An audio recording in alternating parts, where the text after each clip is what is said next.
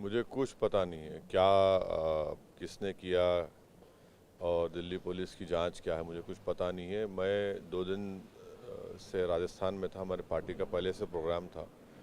उस प्रोग्राम से जो हम कर कर और वहाँ पर पीड़ित परिवार जुनैद से मिलकर आए, वापस आए रात में 11:30 बजे। तो सोने जा रहे थे तो हमारे डोमेस्टिक हेल्प में बताया कि सर ये पत्थर फेंके गए, शीशे तोड़े गए और ये पत्थर पड़े हैं। तो हमने फ़ौरन हमारे दोस्त यामीन खान से कहा कि भाई जाइए, सामने थाना है, इन्हें तला करिए। फिर एडिशनल डीसीपी साहब आए और फिर डीसीपी साहब आए और देखे, हमने रिटर्न कंप्लेन भी दी उनको। और उसके बाद मुझे कोई पता नहीं क्या हुआ कैसे हुआ। मैंने अपनी कंप्लेन में भी कहा कि आप सीसीटीवी कैमरा देखिए, अतराफ में रोड पे लगे हैं पूरा, और उससे आप इनको पकड़िए उन लोगों को। सर, इसके पहले भी आप पर हमले हुए। पहले बीच में अभी गोली तक चलाई गई आपके ऊपर। 2014 के बाद आप कह रहे हैं कि आप पर चौथी बार हमला हुआ हाँ, ये चौथी मर्तबा मेरे घर पर हमला हुआ। ये जो आप गेट देख रहे हैं, जब दूसरी मर्तबा हम पे हमला हुआ था तो हमने स्पीकर साहब से लेटर लिखकर परमिशन लेकर ये गेट खुलवाई, और गेट नहीं थी यहाँ पर। मगर इसके बावजूद भी कोई शरपसंद लोग आकर यहाँ से फेसबुक लाइव करके अंदर पत्थर फेंके। फिर उसके 10 दिन के बाद हमारी गाड़ी पर फायरिंग हुई। तो अब ये पता नहीं कौन कर रहा है। बहरहाल जो भी कर रहे हैं उनका मकसद एक ही है कि हिंसा फैलाई जाए, और वो भारत के संविधान में, रूल ऑफ लॉ में उनका कोई भरोसा नहीं है, और इसीलिए वो समझते हैं कि इस तरह से कुछ उनके पॉलिटिकल और आइडियोलॉजिकल ऑब्जेक्टिव्स को हासिल कर पाएंगे। क्या डर लगता है वैसी को, जिस तरीके से आपके ऊपर लगातार हमले चौथी बार हुए? नहीं नहीं नहीं सर, डर तो नहीं लगता है। डर इस बात से लगता है कि कहीं इस देश की जनता को संविधान से और रूल ऑफ लॉ से भरोसा ना उठ जाए, वो हमको डर लगता है। सर, एक बात और है, कहा जा रहा है कि कहीं ऐसा तो नहीं कि बंदर वगैरह ने ऐसा कुछ कर दिया? बड़े बड़े अक्लमंद बंदर हैं ये, कि सिर्फ हमारे ही घर पर अपने आका के हुक्म पर पत्थर फेंक रहे हैं। इलेक्शन कमीशन पे शायद महाराष्ट्र के बंदर पत्थर फेंकेंगे क्या? ऐसा भी तो अजीब बात है ये। मुझे नहीं मालूम किसने किया, मगर जो जिसने भी किया वो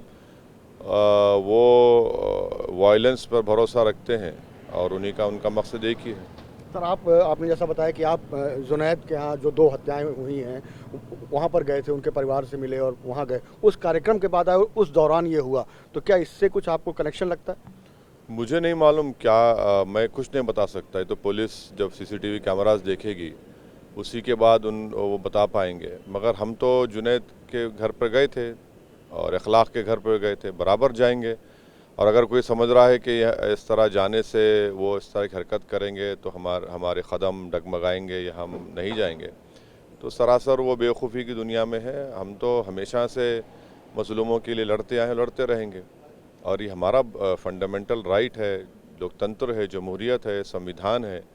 और अगर कोई इस तरह से सोच रहा है तो वो गलत फहमी का शिकार हो रहा है। हम तो रुकने वाले नहीं हैं, और हम जिस मकसद के तहत काम कर रहे हैं उस मकसद के तहत अगर हमारी जान भी चली जाती तो हम कहेंगे कि भाई सौदा सस्ता हुआ है, तो काम करेंगे। एक आखिरी सवाल, दिल्ली पुलिस जो है वो केंद्र सरकार के अधीन है, गृह मंत्रालय अमित शाह जी के पास है, कोई अपील, कोई आप उनसे शिकायत वगैरह करेंगे? नहीं नहीं, हम तो जब कंप्लेन लिख कर दिए हैं, हम तो उनसे ये पूछना चाह रहे हैं कि जब इतना हाई सिक्योरिटी जोन है और उसमें अगर आकर कोई बार बार इस तरह की शरारत कर रहा है, तो ये तो आपको देखना है, आपको रोकना है।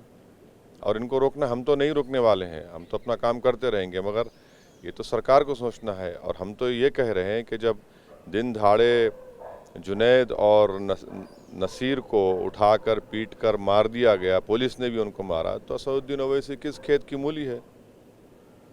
दुख होता है?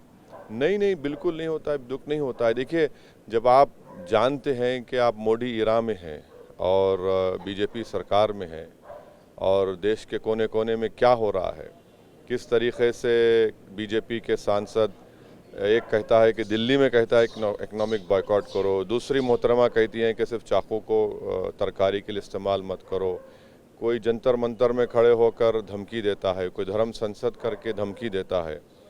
तो ये मेरा मानना ये है कि ईमानदारी से कह रहा हूँ कि ऐसा वक्त है हम सियासतदानों की ज़िंदगी में कि अगर आज हम ऐसी ताकतों के ख़िलाफ़ जो नफ़रत और वायलेंस फैलाते हैं, अगर आज हम इनके ख़िलाफ़ आवाज़ बुलंद नहीं करेंगे, तो कल जब हिस्टोरियन, जिसको उर्दू में मौरख़ कहते हैं, जब वो तारीख़ लिखेगा, तो लिखेगा भाई कि उठा ही नहीं, कोई आवाज़ ही नहीं उठाया। तो कम से कम हम सियासत में क्या हासिल करेंगे नहीं करेंगे वक्त और अल्लाह जानता है, मगर कम से कम हमारे हाथ में ये तो है कि ऐसे नाजुक वक्त में अगर हम खामोश बैठ जाएंगे तो फिर ये तो बहुत बड़ी नाइंसाफ़ी होगी।